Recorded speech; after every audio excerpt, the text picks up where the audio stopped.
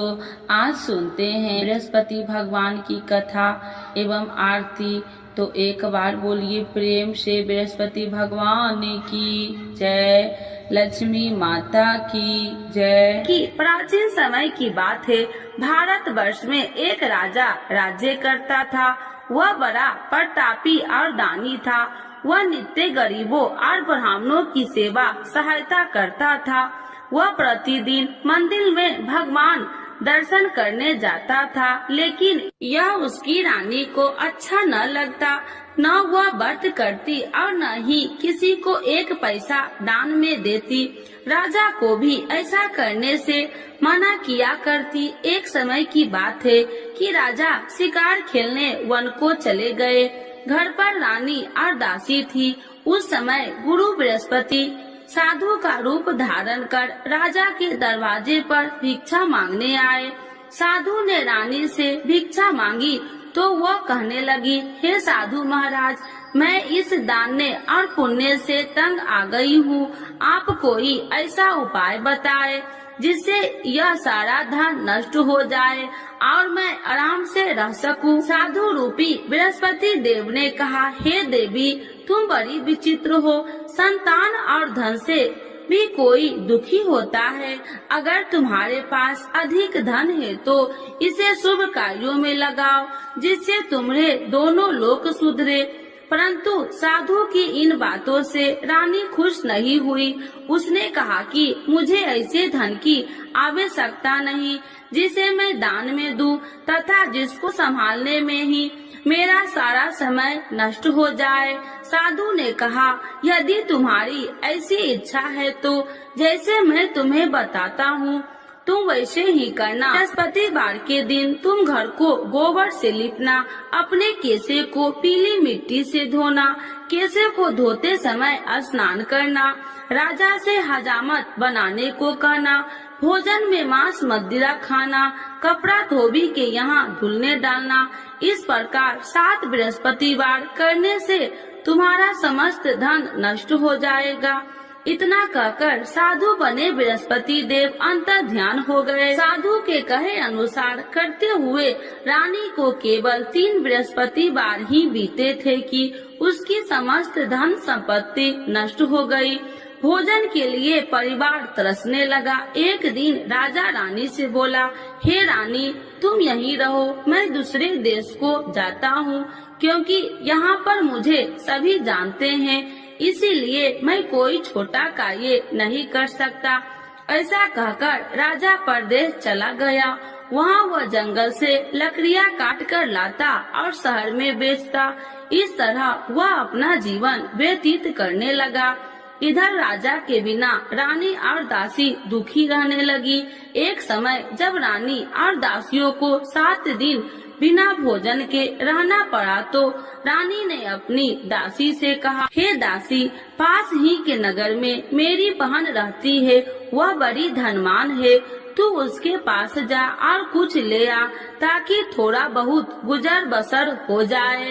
दासी रानी की बहन के पास गई। उस दिन बृहस्पतिवार था। रानी की बहन उस समय बृहस्पतिवार की कथा सुन रही थी। दासी ने रानी की बहन को अपनी रानी का संदेश दिया, लेकिन रानी की बहन ने कोई उत्तर नहीं दिया। जब दासी को रानी की बहन से कोई उत्तर नहीं मिला तो वह बहुत दुखी हुई। उसे क्रोध भी आया। दासी ने वापस आकर रानी को सारी बात बता दी। सुनकर रानी ने अपने भाग्य को कोसा। उधर रानी की बहन ने सोचा कि मेरी बहन की दासी आई थी, परंतु मैं उससे नहीं बोली, इससे वह बहुत दुखी हुई होगी। कथा सुनकर और पूजन समाप्त कर वह अपनी बहन के घर गई और कहने लगी, हे बहन, मैं बृहस्पतिवार का व्रत कर रही थी, तुम्हारी दासी गई, परंतु जब तक कथा होती है तब तक न उठते हैं और न ही बोलते हैं, इसीलिए मैं नहीं बोली। कहो दासी क्यों गई थी?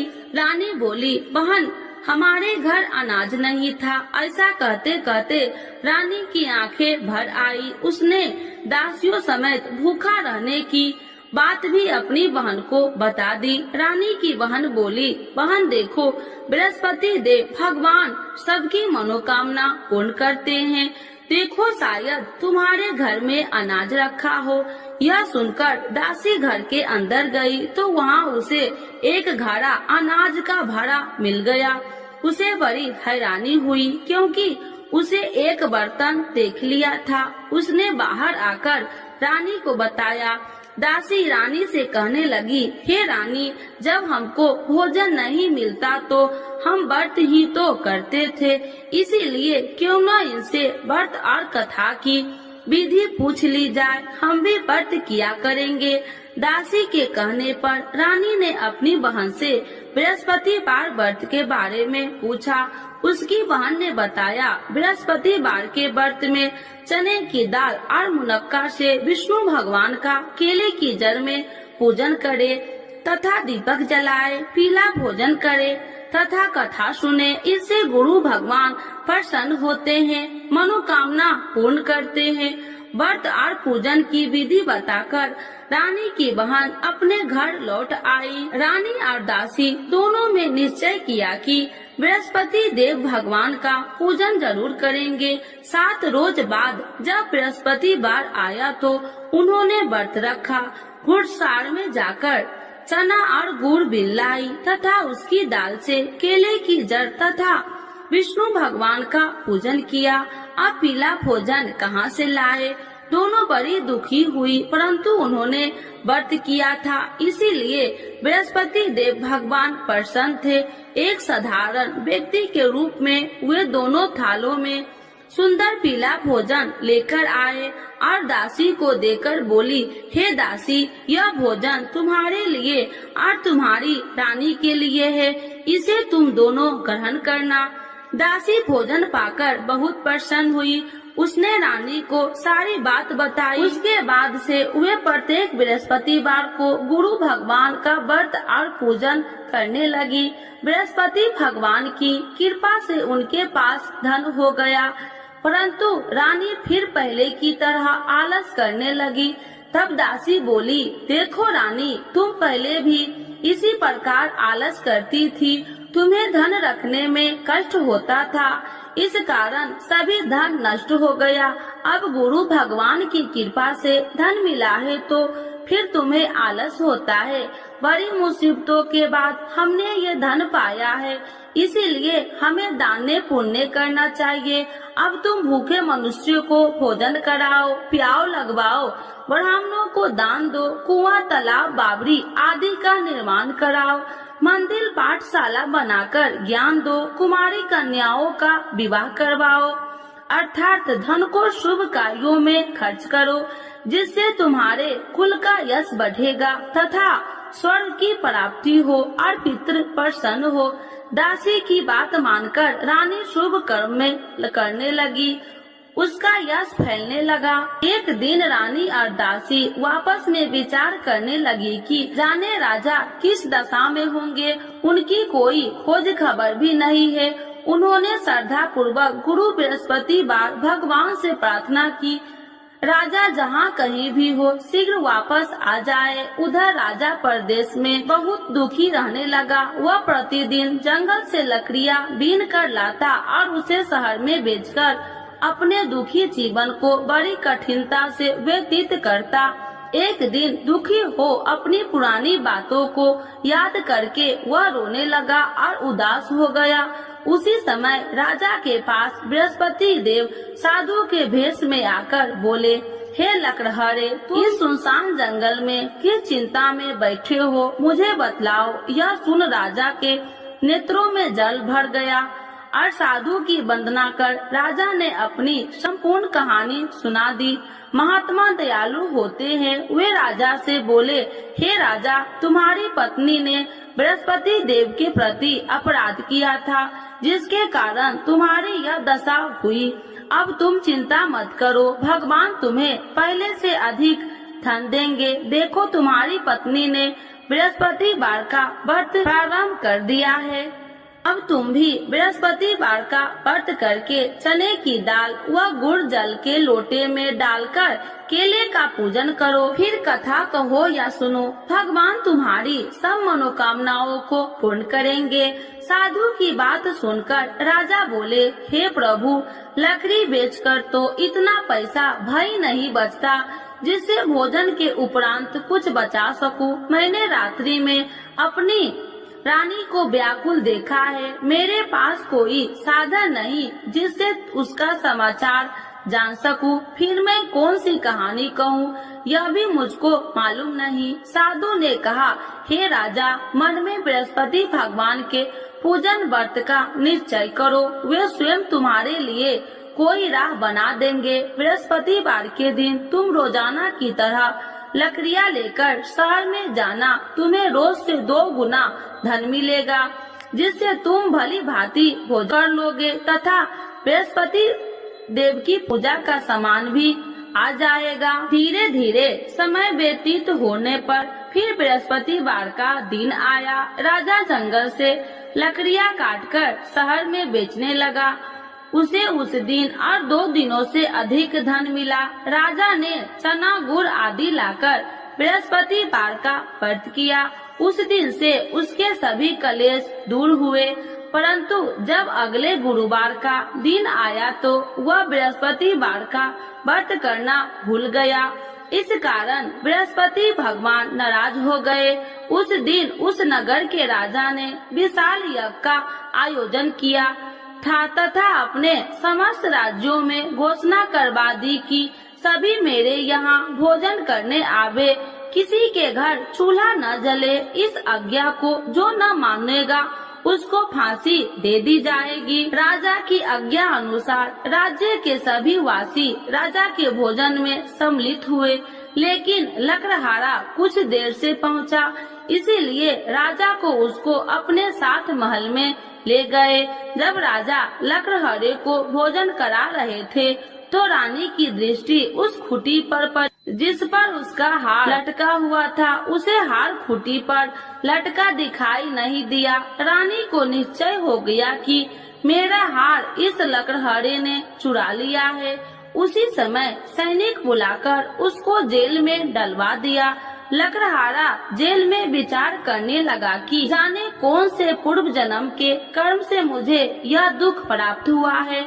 आज जंगल में मिले साधु को याद करने लगा।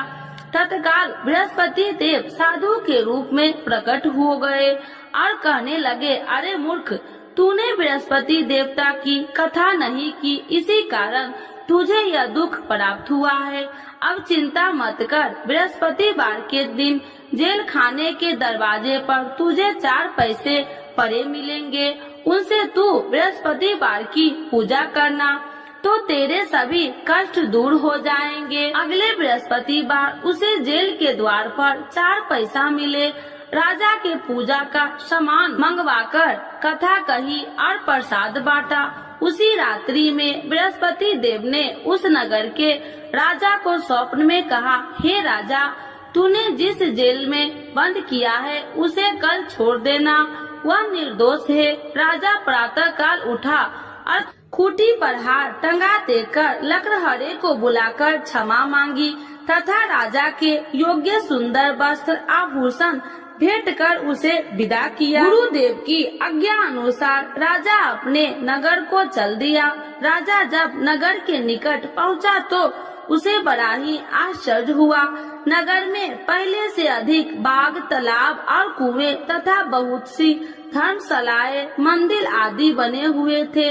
राजा ने पूछा कि यह किसका बाग और धर्मशाला है। तब नगर के सब लोग कहने लगे कि यह सब रानी और दासी द्वारा बनवाए गए हैं। राजा को आश्चर्य हुआ और गुस्सा भी आया कि उसकी अनुपस्थिति में रानी के पास धन कहां से आया होगा। जब रानी ने यह खबर सुनी कि राजा आ रहे हैं तो उसने अपनी दासी से कहा, हे दासी, देख राजा हमको कितनी बुरी हालत में छोड़ के गए थे, वह हमारी ऐसी हालत देखकर लौट न जाए, इसीलिए तू दरवाजे पर खड़ी हो जा। रानी की आज्ञा अनुसार दासी दरवाजे पर खड़ी हो गई और जब राजा आए तो उन्हें अपने साथ महल में लिवा आई। तब राजा ने क्रोध करके अपनी तलवार निकाली और पूछने लगी, बताओ यह धन तुम्हें कैसे प्राप्त हुआ। तब रानी ने सारी कथा कह सुनाई। राजा ने निश्चय किया कि मैं रोजाना दिन में 3 बार कहानी कहा करूँगा और रोज व्रत किया करूँगा। अब हर समय राजा के दुपट्टे में चने की दाल बंधी रहती तथा दिन में 3 बार कथा कहता। एक रोज राजा ने विचार किया कि चलो अपनी बहन के यहाँ हो आऊं। इस तरह का निश्चय कर राजा घोड़े पर सवार हो अपनी बहन के यहाँ चल दिया। मार्ग में उसने देखा कि कुछ आदमी एक मुर्दे को लिए जा रहे हैं। उन्हें रोककर राजा कहने लगा, अरे भाइयों, मेरी बृहस्पतिवार की कथा सुन लो। वे बोले, लो हमारा तो आदमी मर गया है, इसको अपनी कथा की पड़ी है। परंतु कुछ आदमी बोले, अच्छा कहो, हम तुम्हारी कथा भी सुनेंगे। राजा ने दाल निकाली और कथा कहनी शुरू कर दी। जब कथा आदि हुई तो मुर्दा हिलने लगा और जब कथा समाप्त हुई तो राम राम कह के वह मुर्दा खड़ा हो गया। राजा आगे बढ़ा, उसे चलते चलते शाम हो गई। आगे मार्ग में उसे एक किसान खेत में हल चलाता मिला। राजा ने उसे कथा सुनने का आग्रह किया, लेकिन वह नहीं माना। राजा आगे चल पड़ा। राजा के हटते ही बैल पछाड़ खाकर गिर गए तथा किसान के पेट में बहुत जोर से दर्द होने लगी। उसी समय किसान की माँ रोटी लेकर आई। उसने जब देखा तो अपने पुत्र से सब हाल पूछा। बेटे ने सभी हाल बता दिया। बुढ़िया दौड़ी दौड़ी उस घुड़सवार के पास पहुँची और उसने बोली, मैं तेरी कथा सुनूंगी, तू अपनी कथा मेरे खेत पर ही चलकर कहना। राजा ने लौटकर बुढ़िया के खेत पर जाकर कथा कही, जिसके सुनते ही बैल खड़े हो गए तथा किसान के पेट का दर्द भी बंद हो गया। राजा अपनी बहन के घर पहुंच गया। बहन ने भाई को खूब मेहमानबाजी की। दूसरे रोज प्रातः काल राजा जागा तो वह देखने लगा कि सब लोग भोजन कर रहे हैं। राजा ने अपनी बहन से जब पूछा, ऐसा कोई मनुष्य नहीं है जिसने भोजन नहीं किया हो, जो मेरी बृहस्पतिवार की कथा सुन ले। बहन बोली, हे भैया, यह देश ऐसा ही है।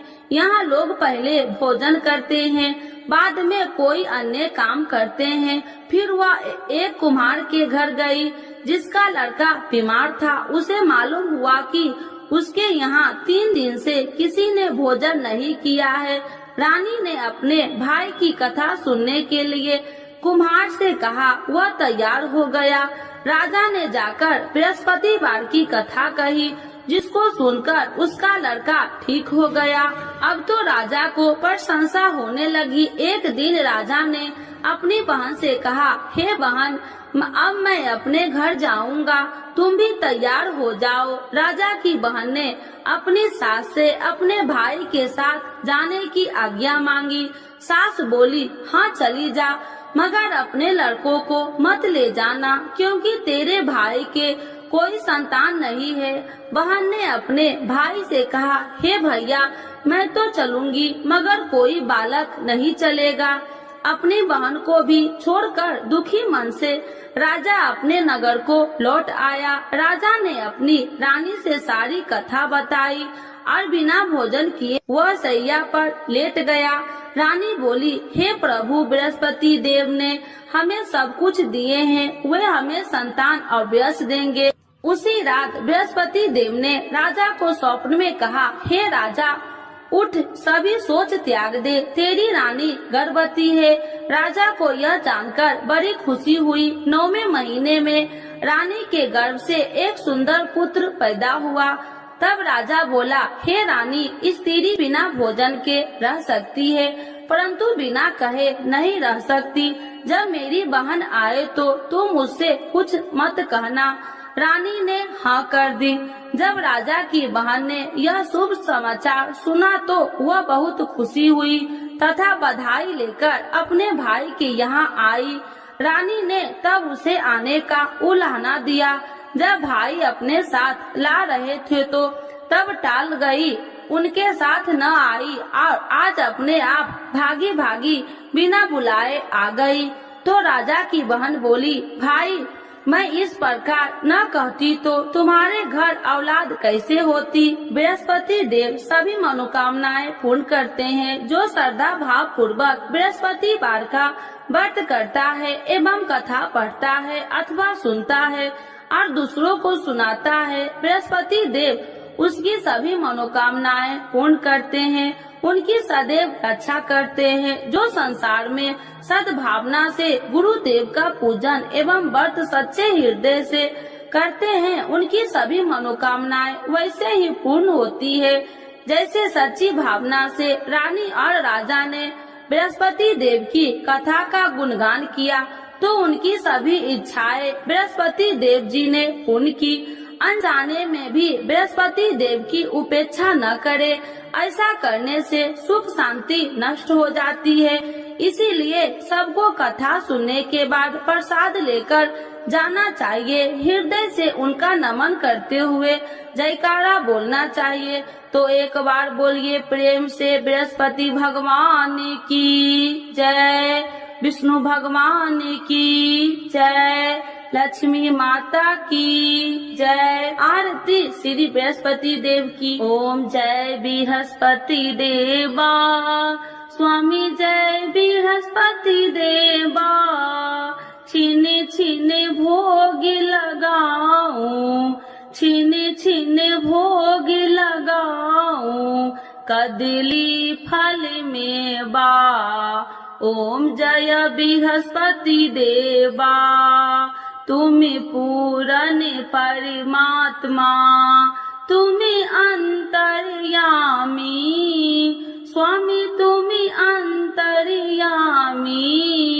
जगत पिता जगदीश्वर, जगत पिता जगदीश्वर, तुम सबके स्वामी। ओम जय बृहस्पति देवा, चरणामृत निज निर्मल, सब पातक हरिता। स्वामी सब पातक हरिता, सकल मनोरथ दायकी, सकल मनोरथ दायकी। कृपा करो भरता। ओम जय बृहस्पति देवा, तन मन धन अर्पण कर, जो जन शरण पड़े। स्वामी जो जन शरण पड़े, प्रभु प्रकट तब हो करे, प्रभु प्रकट तब हो कर, आकर द्वार खड़े। ओम जय बृहस्पति देवा, दीन दयाल दयानिधि, भक्तन हितकारी। स्वामी भक्तन हितकारी, पाप दोष सब हरता, पाप दोष सब हरता, भव बंधन हारी। ओम जय बृहस्पति देवा, सकल मनोरथ दायकी, सब संशय तारो। स्वामी सब संशय तारो, विषय विकार मिटाओ, विषय विकार मिटाओ, संतन सुखकारी। ओम जय बृहस्पति देवा, जो कोई आरती तेरी प्रेम सहित गावे। स्वामी प्रेम सहित गावे, ज्येष्ठानंद बंद सो, ज्येष्ठानंद बंद सो, सो निश्चय पावे।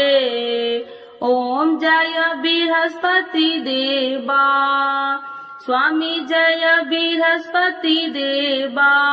बृहस्पति भगवान की जय, विष्णु भगवान की जय, लक्ष्मी माता की जय।